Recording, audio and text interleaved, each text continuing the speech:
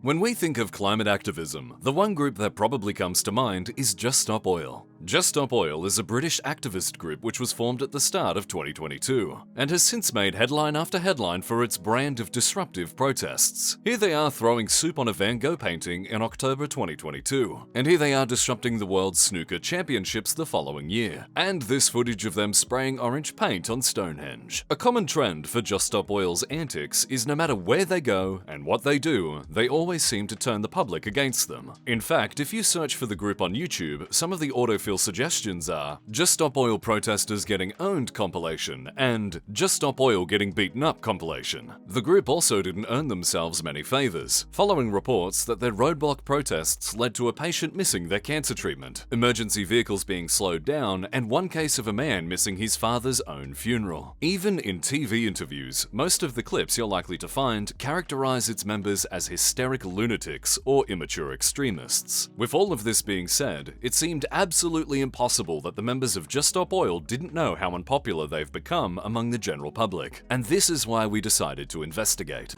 Before we get to that though, have you ever investigated your own body? Have you ever stayed awake at night wondering where you came from? Or where your distant family wound up? Today, we are excited to announce a paid partnership with MyHeritage. For a limited time, you can get their industry-leading DNA testing kit for just $19 when you use our code SIR. They provide the exact tools you'll need to uncover your roots. So, we signed up our editor Skipty to receive a kit, due to his unique qualification of owning the best camera. First, the kit itself. You can grab yours right now using our coupon code to secure that special price, plus free shipping and a 30-day free trial.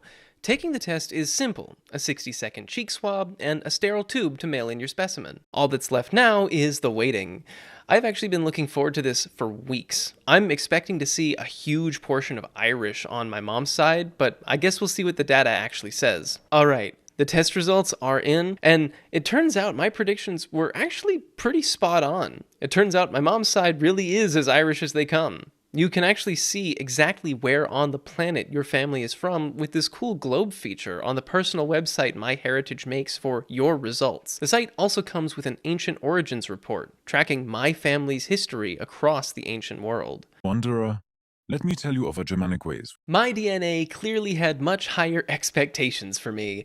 According to my genetic blueprint, I possess a high likelihood to wear glasses, which, yeah, I guess I should have seen that one coming. It also strongly indicates a high educational attainment, which my dad would be eager to hear about regarding his college dropout son. Beyond my individual results, MyHeritage features a look at a whole network of new family members with DNA matches. It turns out I have family members scattered all over England that I didn't even know existed. I can even start communicating with them using the MyHeritage website. And to put any uncertainty at ease, MyHeritage has committed in its privacy policy never to sell or license genetic data to any third parties. They also have built-in photo tools that let you colorize, repair, and animate old family photos in just a few seconds, which is honestly a massive win for a video editor like me. When you are ready to uncover your story, the checkout page makes it seamless to get started. By using our discount code SIR, our viewers can get a fantastic deal. They'll get the full DNA bundle, which includes the special price of $19,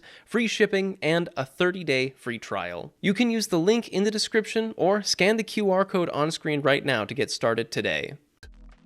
Going into our research, we were half convinced that the entire organization was some sort of oil industry psyop to vilify the climate change movement. And for a moment, it seemed like we might have been onto something. Just Stop Oil funds itself through donations, and its primary source of funding is an LA-based non-profit organization, the Climate Emergency Fund. The CEF was founded in 2019 by the duo of Eileen Getty and Rory Kennedy. Eileen Getty is an American heiress to the Getty family fortune, a fortune which was accumulated over nearly 100 years by the now defunct Getty Oil Company. In essence, Just Stop Oil is directly funded from the profits of a now bankrupt oil company. On a fun side note, the brother of Eileen, Mark Getty, is the founder of Getty Images. If you've ever been annoyed by their stupid watermark, this is the guy you have to blame. We should, however, mention that this isn't as simple as Just Stop Oil being funded by the oil industry. Instead, it seems as if Eileen Getty is more likely an unbelievably rich woman with a guilty conscience, and she herself herself has never once worked in the oil industry. This seems to be backed up by her partner, Rory Kennedy, the niece of former President JFK. Rory herself is a career filmmaker and activist, a staunch Democrat, and has directed or produced over 40 documentaries. Other key figures within the organization include the director of Don't Look Up, Adam McKay, and actor Jeremy Strong. They say people are their 5 closest friends, and it's hard to think that Eileen Getty has surrounded herself with these people if she wasn't genuinely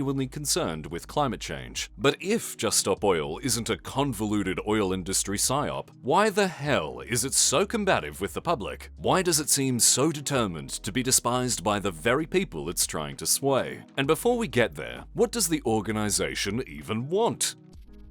Just Stop Oil was founded on one single demand: for the British government to halt all new oil, gas, and coal projects within the country. This demand was actually met in July 2024, when the Labour government was voted into power. Although, we couldn't find any indication that Just Stop Oil was cited as a reason. Activist movements don't usually get credit for policy changes unless they're exceptionally popular, and Just Stop Oil certainly isn't that. Following their first demand being met, the group immediately moved onto a second demand: commit to ending the extraction and burning of oil, gas, and coal by 2030. As of time of writing, 13 nation-states have called for a fossil fuel treaty for these exact demands, with most of them being small island nations that are predicted to suffer the most if climate targets aren't met. As to how realistic these demands are, we spoke to climate scientist Kyle Buffington from Oregon State University, who also acted as our fact-checker for the video. Commenting on this second demand, Buffington said, quote, "Stopping all fossil fuel use by 2030 would be great, but this would be very difficult to accomplish. The idea of the global north paying reparations to the global south, i.e. rich countries subsidize green tech policy, isn't a new one. It's true that wealthy countries are responsible for the majority of historical emissions, and that helping poorer countries with their transition will reduce future carbon output. Policies like these are politically contentious though, and will have a hard time being implemented in the long run. My opinion here is that the demands or ideas being presented by Just Stop Oil are kind of underdeveloped or childish." Buffington would also point out that Just Stop Oil's assertion that the world has already passed the 1.5-degree pre-industrial threshold isn't entirely correct. This is because, according to available data, although temperatures did indeed pass the 1.5-degree pre-industrial threshold, this was a statistical anomaly. These trends have been driven not only by anthropogenic CO2, but also by natural systems like El Niño. This isn't to say that keeping average temperatures below 1.5 degrees isn't really fucking important, because this is the threshold that climate scientists call the good ending. According to the United Nations, the cost of avoiding the worst impacts of climate change could require $4.3 trillion a year by the end of the decade. $4.3 trillion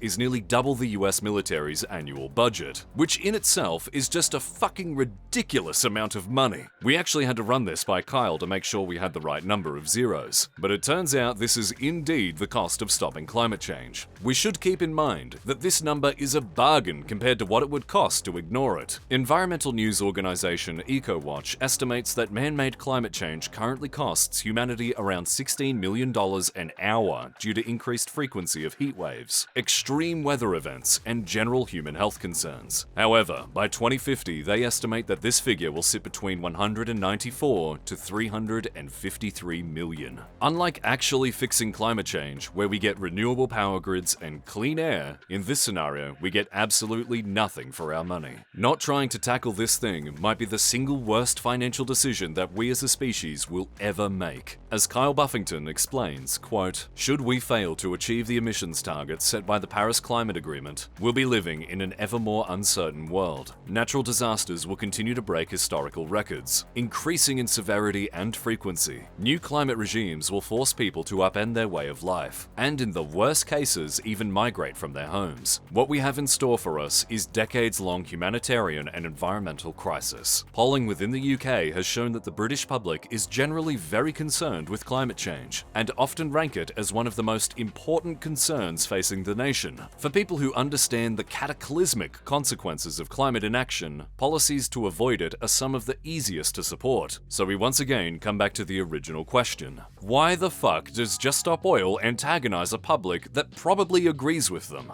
Whenever the group pulls another stunt, the public usually says something like, "What the fuck did the painting do to you?" I mean, leaving a flaming bag of dog shit in front of the BP headquarters or rickrolling an oil executive generally makes sense in the eyes of the public. However, vandalizing Stonehenge usually comes off as just being a public nuisance, as it's not seen as congruent to their goals. I mean, Stonehenge isn't the cause of climate change. Or is it?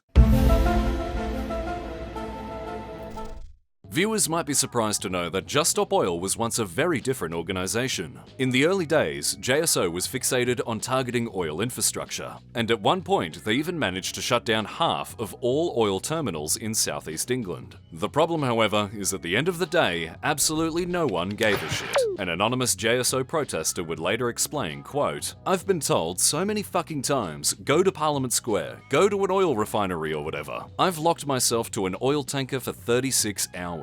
Nothing. I was just at Parliament Square for 3 days with 60,000 people. Nothing happened. But my best friend throws soup on a fucking Van Gogh and we're in the news for months." Just Stop Oil realized that if they wanted to make the news, they needed to be newsworthy. And occupying a few oil terminals in the middle of fucking nowhere wasn't going to cut it. I mean, we're a fucking news channel, and even we never heard about it. The group then decided that if they wanted their message to be heard, the path of least resistance was to move away from targeting infrastructure and focus their efforts on stunts that would really put them on the map. This is where we start moving into a real grey area for a protest movement. After all, if the British public start perceiving climate activists as annoying fuckwits, they might start to think that supporting climate reform would therefore make them an annoying fuckwit. Just Stop Oil subscribed to another school of thought, however, and went all in on what's called the radical flank effect.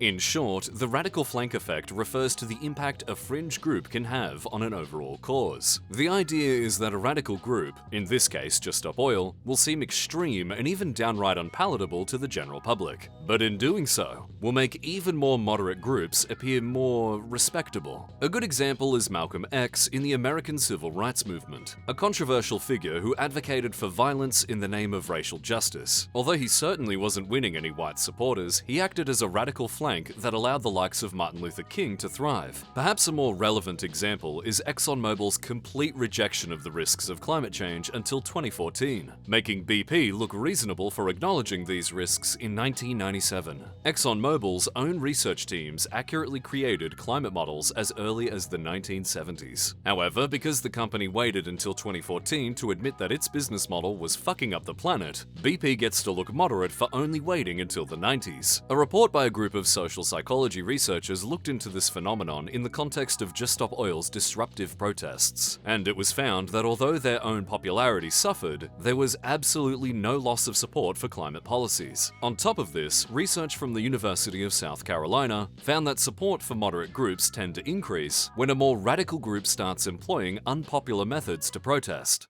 So let's explain what's going on. Somewhere along the way, Just Stop Oil figured out that their publicity stunts which ruined sporting events, vandalized cultural landmarks, and generally vilified themselves to the general public would increase the support for more moderate groups. JSO's purpose had explicitly shifted to intentionally be unlikable, and instead of inspiring citizens and lawmakers to work with them, they would indirectly push them to collaborate with more moderate climate groups. We went into this story thinking these guys were legitimately paid by the oil industry to make their movement look bad. But instead, it turns out they were pulling off an elaborate good cop, bad cop routine the entire time. Just Stop Oil doesn't give a shit if the public hates them, because that's been their job all along. This doesn't mean that the strategy doesn't have flaws. A lot of this relies on moderate groups being able to distance themselves from Just Stop Oil, especially when the time comes to lock down some real reform. Just Stop Oil can't be at the negotiating table, and moderate groups need to be willing to condemn them whenever they inevitably make themselves look stupid. There's also evidence to suggest that the radical flank effect tends to work best when there's a low level of polarization on the issue. This is because those opposing a movement will tend to point to the most radical among them and try to hold them up as a representative of the entire group. For those of you who might want an example, just watch any political content within the United States and you'll get the idea. This very concern was shared by millionaire Dale Vince, a former supporter of Just Stop Oil, who had previously stated, quote, "Under the current Conservative government, protests cannot work. I would go so far as to say that anything that could feed the Tories' culture war narrative is counterproductive." Essentially, he argued that funding climate groups was a waste of money, because it's much more effective to just have a government in power who would have good climate policies. Another problem is that Just Stop Oil is fundamentally a group which specializes in putting the topic of climate change in the media, and broadly increasing the public's concern. This is effective when the public isn't concerned with climate change, but when they are, researchers have suggested that it might be more productive to push for specific and neglected issues, such as funding for clean energy research. So what happens from here? Dana Fisher, professor at the American School of International Service, believes that future climate protests are likely going to get more violent. As she explains, a key ingredient of any successful social movement has been images of non-violent protesters getting beaten the fuck up by riot police. In the news business, there's an old saying that, if it bleeds, it leads. So with this in mind, the best thing climate protesters can do is to commit acts of civil disobedience without pissing off the public, while also getting their asses kicked by the cops. But in the context of Just Stop Oil, maybe there really is a better way to protest. The UK government has since cracked down on protests that disrupt public infrastructure. So much so that Just Stop Oil members were given sentences of up to 5 years for just planning to protest on a motorway. If JSO wasn't so unlikable, maybe the public would have been more concerned with how insane this sounds. 5 years in jail for just planning a protest sounds really fucking harsh no matter which way you slice it. Meanwhile, although they've been able to pick up traction in the media, Just Stop Oil is usually painted as immature and entitled, even when some of their representatives are only really guilty of being a bit eccentric. For example, if we look at this YouTube video from Sky News, the title and thumbnail would suggest that the guest had thrown a tantrum, but here's what actually happened. You see, unless people do things that are slightly transgressive, non-violently transgressive, people don't notice the difference. So if I do this, okay, if I sit on the floor in the studio, it's a bit different, isn't it? And it might get noticed because I'm transgressing the rules of an interview. People don't normally do this in an interview, do they? But it's completely non-violent. I'm not threatening anyone, but it's a bit different. So it's an analogy, right? We have to do things that are different to make people notice. When you do things that are the same and don't get attention, they don't cause a national conversation. The guest turned out to be an almost cartoonishly level-headed person. But even still, these types of antics don't tend to land invites from outlets who don't just want to stoke outrage for the easy viewership. A big drawback of Just Stop Oil's strategy is that the people who are genuinely concerned about climate change don't want to associate themselves with the group. This means that the only news outlets who tend to give them a platform are usually the ones who want someone easy to dunk on. From our own research, it seemed like the most consistent outlet that features the group is a relatively modest show called Talk TV. To paint you a picture of Just Stop Oil's PR ambitions, let's break down one of the interviews. Let's talk about Just Stop Oil, because they have said they're going to halt their protests, at least for the moment. They've caused absolute havoc up and down the country with their, I think, pretty crazy, lunatic ideas on what they're doing. Anna is with us. She is a Just Stop Oil spokesperson. Anna, thank you for joining us this morning. How are you? At this point, you already know JSO is fucked up, but let's see where this goes. There are lots of things I disagree with that the government does, and I know I've got a big platform here on Talk Radio to talk about that, but you can write to your MP, you can stand outside Parliament, you can protest, gluing yourself to things, stopping the M25, stopping ambulances getting to hospitals. How can you look at yourself in the mirror? This is a pretty common trend when news organizations interview Just Stop Oil. They don't ask questions related to climate change, but instead ask how long it takes to put their clown makeup on every morning. This continues when the host would later follow up by bringing up quotes from Just Stop Oil's senior figure, Roger Hallam. But this is what the head of Just Stop Oil says will happen when the climate crisis gets underway. So what will happen is episodes where someone, a gang of young men, come into your house, they take your girlfriend, they take your mother, they put her onto the table and they gang rape her in front of you. And then after that, they take a hot stick and they poke out your eyes and they blind you. Obviously, apologies to anyone who's distressed by that or someone who that has happened to. I mean, why on earth, Anna, does the leader of Just Stop Oil, have to talk in these ridiculous terms about what he thinks will happen when climate change is a reality for people, when temperatures are going up, and when we get to a stage that he says there'll be public chaos and disgusting and horrific things happening? Why does he feel he has to use that language?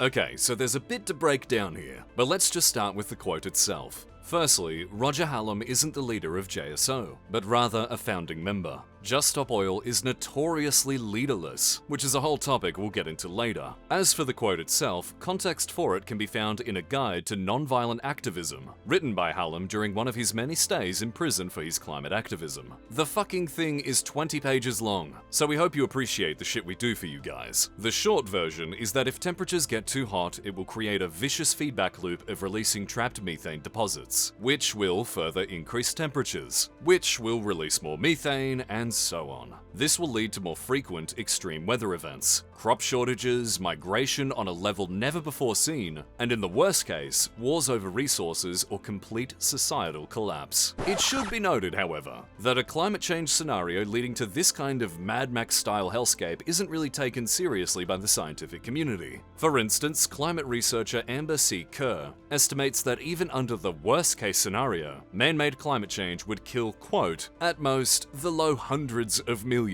See? Nothing to be worried about. But once again, Hallam is just a member of Just Stop Oil, not its leader. All of this is to say that it only took this news outlet 1 minute to present this information, but it took Swag 3 fucking hours to fact-check it. Anyway, let's keep going. You're distracting from the main point here, which is the fact that The point is, hold on. Now. The main point is, okay, you're talking about climate change, you're talking about eco stuff. That's fine. You can talk about that. I disagree with you on a lot of the facts, or what you say are facts. What is ridiculously offensive to many people is the kind of language that your leader is using, is the fact that people can't get to hospitals because they're stuck in ambulances. You saying this is regrettable, this is terrible, but we're only doing it because of the climate crisis. Peter, no, you're not.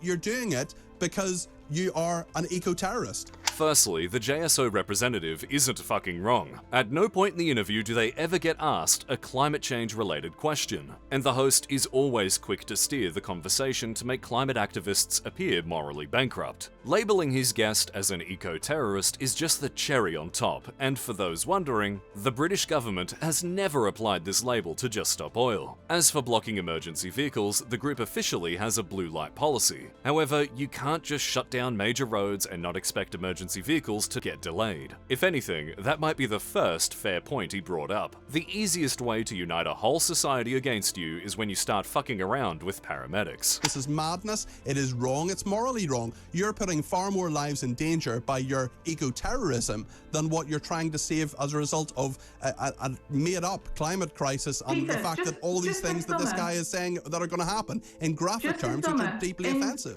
Well shit, we didn't think he'd just straight up say climate change was made up. Climate change is obviously real, because without fail, every fucking person who says otherwise is getting paid a fuck ton of money to say so. Let's put that to the test, shall we? Talk TV itself is owned by a British news company called News UK, which in itself is a subsidiary of News Corp. This is owned by billionaire media magnate Rupert Murdoch, famously the owner of other such news organizations, including The Wall Street Journal, The Daily Telegraph, and Fox News, to name a few. Murdoch himself is a climate denier. Professor Michael Mann, a climate scientist at the University of Pennsylvania, once called him, quote, one of the most destructive forces in modern history when it comes to climate action. This sentiment is further echoed among the scientific community, with Australian climate scientist Dr. Jolie Gurgis commenting on Murdoch. It's hard to think of another person who has single-handedly done more to muddy the public's understanding of climate change. Alternatively, we could turn to Dr. Peter Gleick, co-founder of the Pacific Institute, who might have the most damning assessment. Quote, his influential outlets from Fox to the Wall Street Journal have been spewing and continue to sow deep climate disinformation,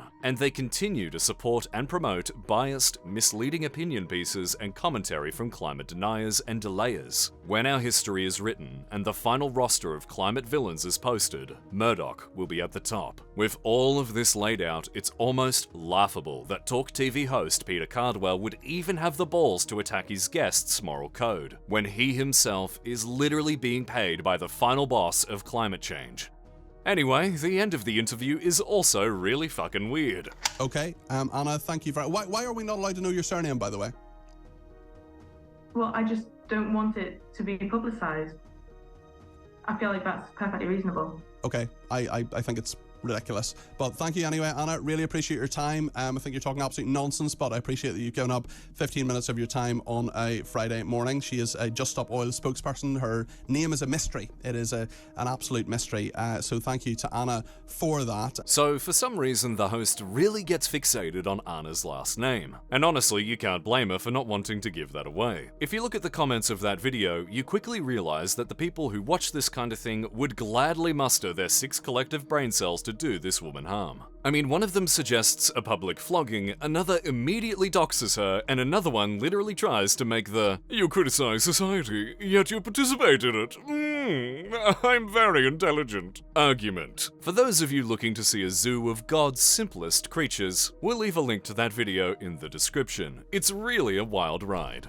If you, like us, also feel stupider after watching that interview, then you have to wonder why the fuck Just Stop Oil would even bother coming on as guests. There are dozens of these interviews available online, and they all go exactly the same way. I mean, you would think that after the first 10 times, they would have figured it out, but I guess not. Only a few minutes ago, we were talking about how Just Stop Oil had managed to fool us into pushing for moderate climate reform. And here they are being voluntary punching bags for a climate-denying billionaire. I guess without real leadership, the organization can only be as smart as the last person to open their mouth. But if Talk TV can't dunk on a definitive leader, it seems more than happy to just go through every member one at a time. Just kidding, they'll point at one guy and tell everyone that that's their leader anyway. However, this is exactly why climate activists might have to once again change their tactics. If Just Stop Oil is a chaotic evil group in the eyes of the public, then it stands to reason that maybe the climate change movement needs chaotic good. A group which is extremely strict on its don't piss off the public policy, but at the same time is creative enough to win their support, projecting the names of politicians who are paid off by the oil industry onto the side of a building doesn't piss off the public. It generates a huge amount of attention and directs outrage to the people who actually are responsible for the climate crisis. Alternatively, protests themselves can still be media bait without having to lean into blocking roadways and throwing paint. Just call the protest "Cocks Out for Climate Change," and you're already halfway there. What's clear is that the climate movement needs to be coordinated. It needs to be smart and needs to be well led. The people who are going to push back the hardest are some of the most well-funded people on Earth, meaning activists really need to dot their I's and cross their T's if they plan to have a shot at coming out on top. It also doesn't help that groups like Just Stop Oil are entirely leaderless, meaning there's less unification within their own ranks. All successful movements have charismatic leaders to rally behind and become the face of change. And this in particular is something missing for those pushing for climate reform.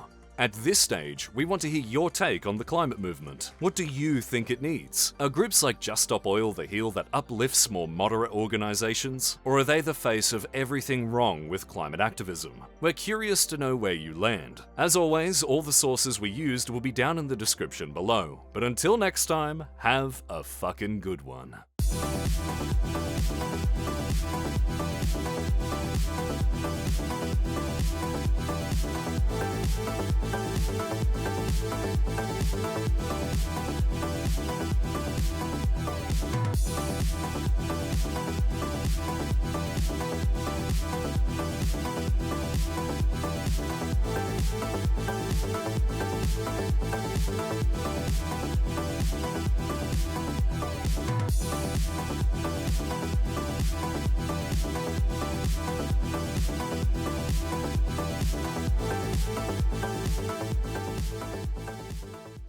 Don't forget to grab your MyHeritage DNA kit before the discount ends. Scan the QR code or hit the link in the description to get the full bundle for just $19, free shipping, and a 30-day free trial when you use code SIR at checkout. Cheers to MyHeritage for sponsoring the video today.